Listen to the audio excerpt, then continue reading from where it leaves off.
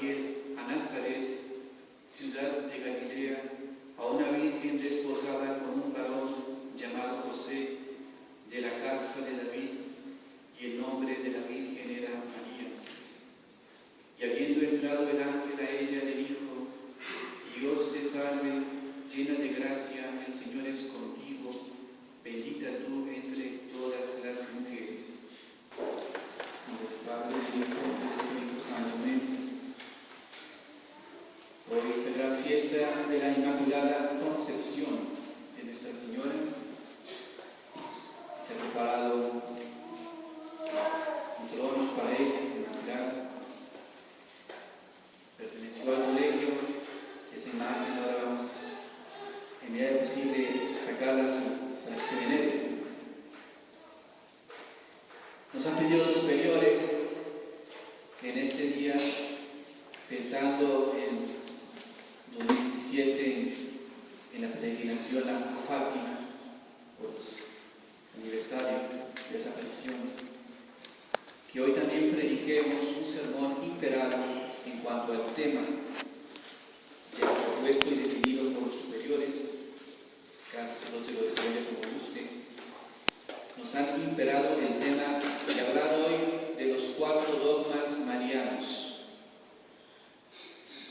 Buena ocasión para hacerlo en esta fiesta de Inmaculada, porque es hablar de las glorias de María, de Nuestra Señora. Dicen los santos, de ella nunca se hablará suficiente. Nunca. No podrá hablar y hablar y hablar. Siempre será para su honra y para la gloria de Dios. Por eso entonces recordemos las glorias de María. Esas definiciones que la Iglesia toda la historia de la Iglesia en estos tiempos, desde el principio hasta ahora, ha definido sobre ella. 4 dogmas muy importantes. Primero, el de la maternidad divina. Se refiere a que la Iglesia definió que ella es verdaderamente Madre de Dios. Eso se definió en el Concilio de Éfeso. ¿Por qué se definió así? Porque siempre ha habido herejes que han atacado nuestra fe. En esa época estaba Nestorio del siglo V, patriarca de Constantinopla, y atacó esa verdad. Este hereje decía lo siguiente, que Jesús tenía en sí 2 personas, una divina y una humana. Herejía. Él decía que sus 2 naturalezas, la humana y la divina, no estaban unidas. Herejía. Él decía que por eso entonces María era solamente la madre del hombre y no la madre de Dios. Herejía. Por eso entonces en esa época hubo este concilio en el cual el campeón se llamó San Cirilo, obispo de Alejandría. Él con su inteligencia, con su santidad, defendió ese dogma, que será el dogma de la maternidad divina. Él, preparando ese concilio, hubo esta explicación de parte del Cirilo de Alejandría en el concilio. Desde un comienzo la Iglesia enseña que en Cristo hay una sola persona, la segunda persona de la Santísima Trinidad. Y María no es solo madre de la naturaleza, del cuerpo, pero también de la persona, quien es Dios desde toda la eternidad. Cuando María dio a luz a Jesús, dio a luz en el tiempo a quien desde toda la eternidad era Dios. Así como toda madre humana no es solamente madre del cuerpo humano, sino madre de la persona, así María dio a luz a una persona, Jesucristo, quien es Dios y hombre, y por eso ella es la madre de Dios. Así explicación hermosa, concreta, en el Concilio de Éfeso. Y por eso ese concilio se define por el Papa Celestino I, la siguiente sentencia: si alguno no confesare que el Emmanuel, el Cristo, es verdaderamente Dios y que por lo tanto la Santísima Virgen María es Madre de Dios, porque parió según la carne al Verbo de Dios hecho carne, sea anatema. Ahí está el anatema lanzado desde hace muchos siglos, especialmente contra los cristianos evangélicos que niegan que la Madre de Cristo es Madre de Dios y por eso no la veneran. Anatema a todos ellos. Pero recuerden, la doctrina enseña que Jesús es una persona divina. No son dos personas, una sola persona, la persona divina. La segunda persona de la Santísima Trinidad. Que en él sí hay dos naturalezas, la humana y la divina, pero están unidas por lo hipostática. Y que la Madre de Jesús, la Madre, es también Madre de él, Madre de Dios, por ser Madre de la persona, no de la naturaleza. San Cirilo de Alejandría nos cuenta que después de este concilio hubo gran alegría. Él nos dice esas palabras: no se puede imaginar la alegría de este pueblo fervoroso cuando supo que el concilio había declarado que María sí es Madre de Dios y que los que no aceptaran esa verdad quedan fuera de la Iglesia. Toda la población permaneció desde el amanecer hasta la noche junto a la iglesia de la Madre de Dios, donde estábamos reunidos los 200 obispos del mundo entero. Y cuando supieron la declaración del concilio, empezaron a gritar y a cantar, quemando incienso, y con antorchas nos acompañaron a nosotros los obispos a nuestras casas. Alabemos con nuestros himnos a María, Madre de Dios, y a su Hijo Jesucristo, a quien sea todo honor y toda gloria por los siglos de los siglos. Así cantaba y alababa San Cirilo esta resolución del Concilio de Éfeso. Pasemos a otra de las glorias de María, su perpetua virginidad. Este dogma se refiere a que ella fue virgen antes, durante y después, perpetuamente, después del parto. Dice la Sagrada Escritura, esa profecía muy conocida: una virgen concebirá y dará a luz un hijo cuyo nombre será Emmanuel.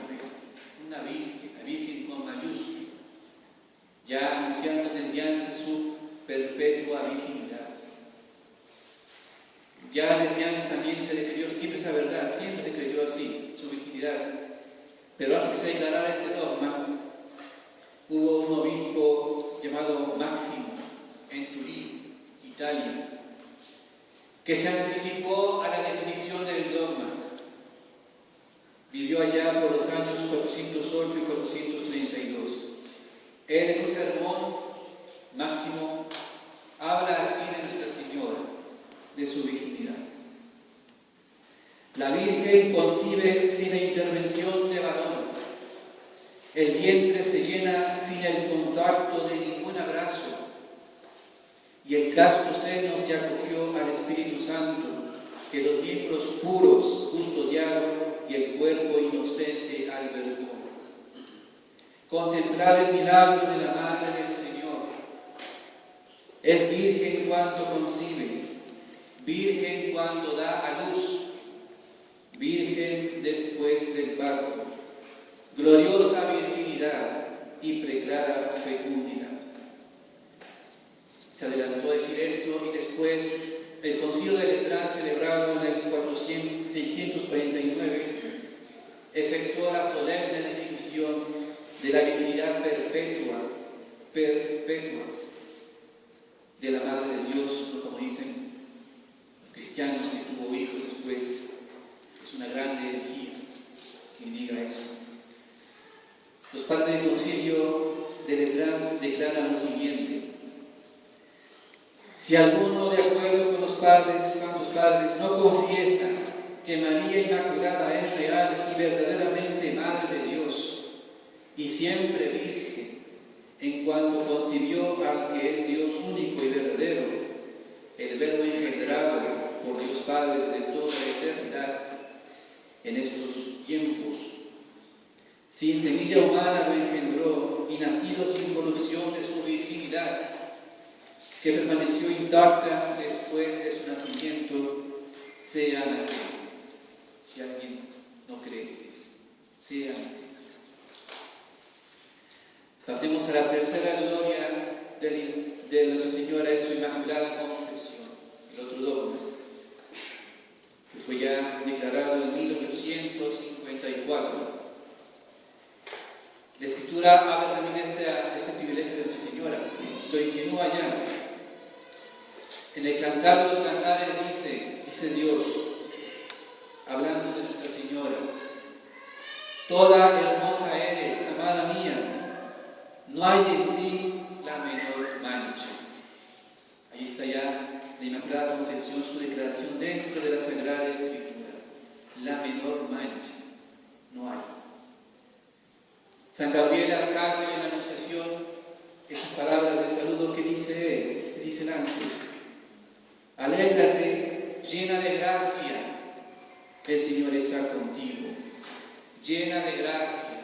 Si está llena, no hay nada que le falte a ella de pureza, de santidad. No hay mancha, está llena de gracia. También, aunque esta dogma se declaró hasta mucho después, en el siglo XIX, pero siempre se creyó en la Iglesia su Inmaculada Concepción, ese dogma. Los santos padres, especialmente San Efrén y San Basilio, fueron de los primeros en llamarla con el título de Virgen siempre pura, siempre inmaculada. Estos padres. Pero hay que destacar que fue un teólogo, el beato Juan Escoto, franciscano, el que defendió ya con sus razonamientos este dogma de la Inmaculada Concepción, y servirá por su defensa de este Juan Escoto, que después se proclama este dogma de la Inmaculada Concepción. Así entonces, en 1304, en Oxford, había una asamblea general de famosos teólogos, y allí iba Dumas Scoto a defender esa doctrina de la Inmaculada Concepción. Le iba a defender delante de todos los demás teólogos preparados de esa universidad. Antes de esa disertación, Dumas Scoto, el franciscano Juan Scoto, se fue acostado a los pies de una imagen de la Virgen para pedirle su ayuda. Y le dijo estas palabras a la Virgen, palabras de la Escritura: dígnate que yo te alabe, oh Virgen sacrosanta, dame la victoria sobre tus enemigos. Dice en la tradición que cuando dijo estas palabras en su oración, la imagen de esa Virgen inclinó la cabeza, como asintiendo que le daba su gracia para apoyar en la disertación que iba a hacer, defendiendo esa doctrina de su Inmaculada Concepción. Y así comenzó la disertación, con esas palabras claras, famosas de él, que dice, ante esa doctrina de la Inmaculada Concepción, dice: Dios pudo hacerlo, convenía que lo hiciera, entonces lo hizo. Así comenzó. Es decir, Dios pudo hacer que María fuera inmaculada, porque es todopoderoso. Si convenía que se hiciese, Dios lo hizo, porque es su madre, esa divinidad es su madre. Convenía, Dios hace todo lo conveniente, Dios lo hace. Entonces, si pudo y convenía, Dios lo hizo. Porque siempre Dios hace lo más conveniente con todo su poder. Y así fue la disertación, y quedaron todos asombrados. Y a partir de ahí, la Universidad de Oxford declaró también formalmente esa doctrina, aunque la doctrina no era dogma, y obligó a todo doctor que enseñaba en esa universidad a hacer juramento de creer esa doctrina de la Inmaculada Concepción. Entonces ya será hasta después, hasta 1854, que el Papa Pío IX declara el dogma. Este Papa, recordemos, como dijimos, tenía en su niñez ataques epilépticos y ya no podía llegar a ser sacerdote por la epilepsia, pero se encomendó mucho a Nuestra Señora y fue quedando libre poco a poco de la enfermedad, hasta que ya después, completamente sano, en agradecimiento a ella, tuvo mucho fervor hacia la Inmaculada Concepción, y siendo Papa, él fue el que declaró el dogma con estas palabras: declaramos, proclamamos y definimos que la doctrina que sostiene que la Beatísima Virgen María fue preservada inmune de toda mancha de la culpa original en el primer instante de su concepción, por singular gracia y privilegio de Dios omnipotente, en atención a los méritos de Cristo Jesús, Salvador del género humano. Esta doctrina está revelada por Dios y debe ser tanto firme y constantemente creída por los fieles.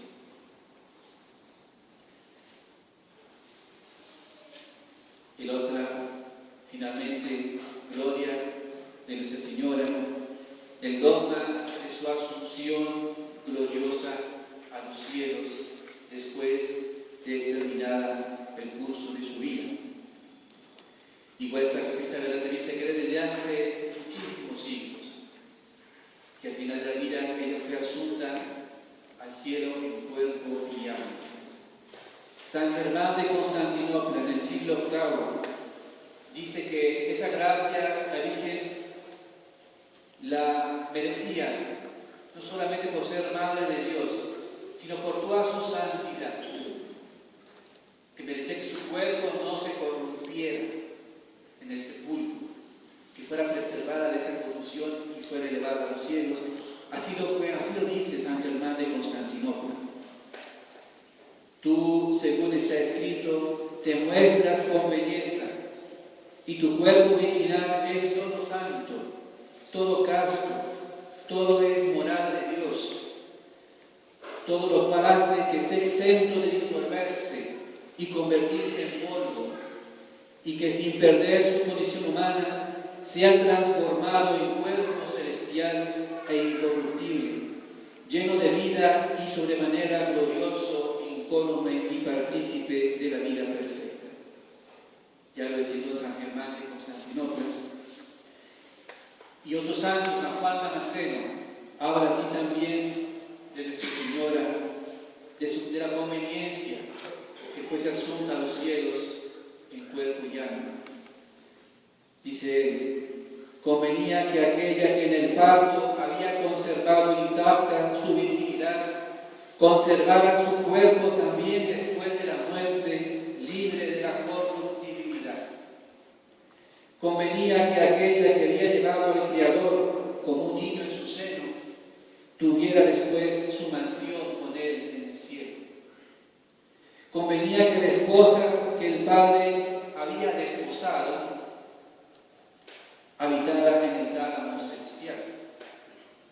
Convenía que aquella que había visto a su Hijo en la cruz y cuya alma había sido traspasada por la espada del dolor, del que se había visto libre en el momento del parto, lo contemplara sentado a la derecha del Padre. Convenía que la Madre de Dios poseyera lo mismo que su Hijo y que fuera venerada por toda criatura como madre y esclava de Dios. Y así entonces, esto fue en el siglo VIII, ya en 1950, el Papa Pío XII declara este dogma de la Asunción de Nuestra Señora con estas palabras: después de elevar a Dios muchas y reiteradas preces y de invocar al Espíritu Santo, para gloria de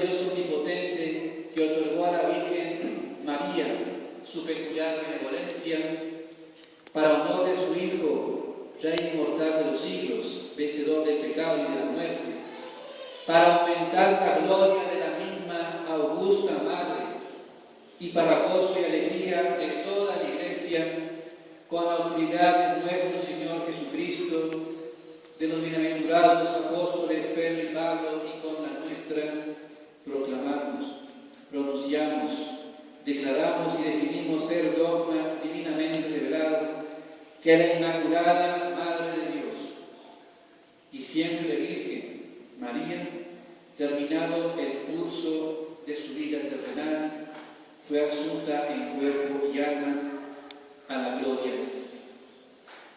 Esta otra de las glorias altísimas de Nuestra Señora.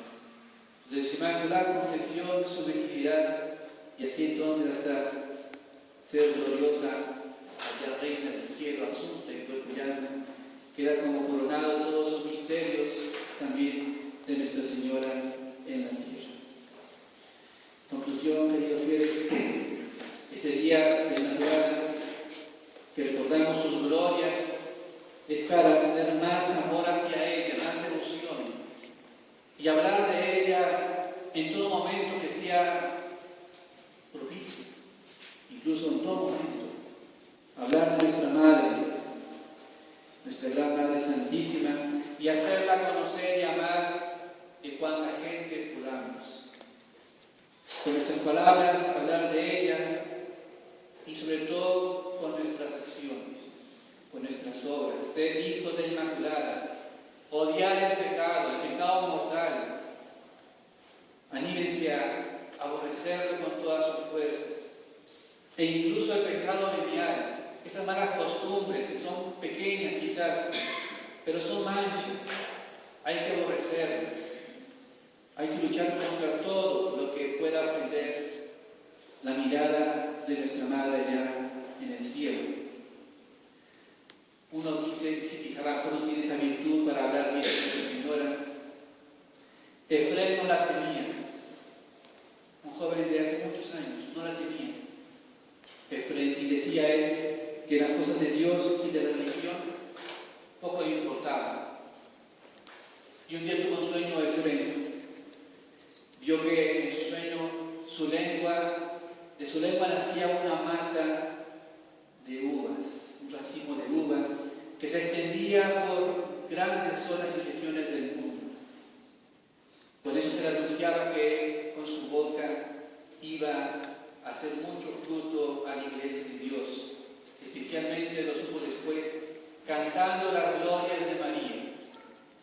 Fue y llegó a ser San Efrén, doctor de la Iglesia, cítara del Espíritu Santo, que compuso muchos himnos y cánticos en honor a Nuestra Señora. Y trabajó en eso toda su vida, el resto de su vida, gran santo. Tanto que decía y dejó escrito: mis huesos gritarán desde la tumba que María es la Madre de Dios. Mis huesos.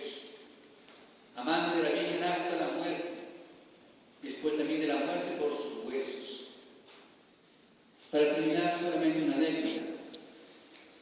En España, cuando todavía había esclavitud, se cuenta lo siguiente: las cofradías y toda institución, tanto civil como religiosa, tenían gran devoción a la Inmaculada Concepción.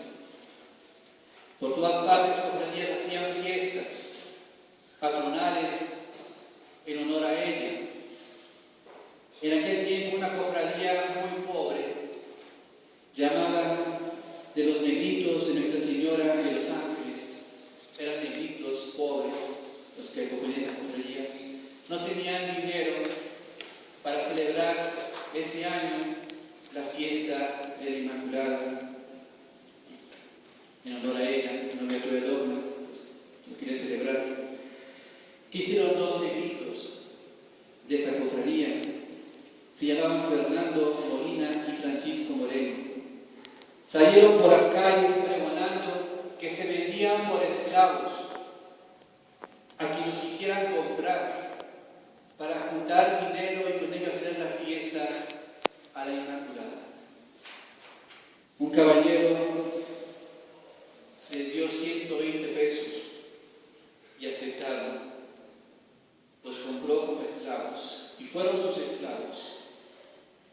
Tiempo después el ayuntamiento levantará una cruz en el mismo lugar en donde se hizo la venta. Dos se vendieron para honrar a la Virgen Inmaculada. Vean ese acto heroico de dos negritos.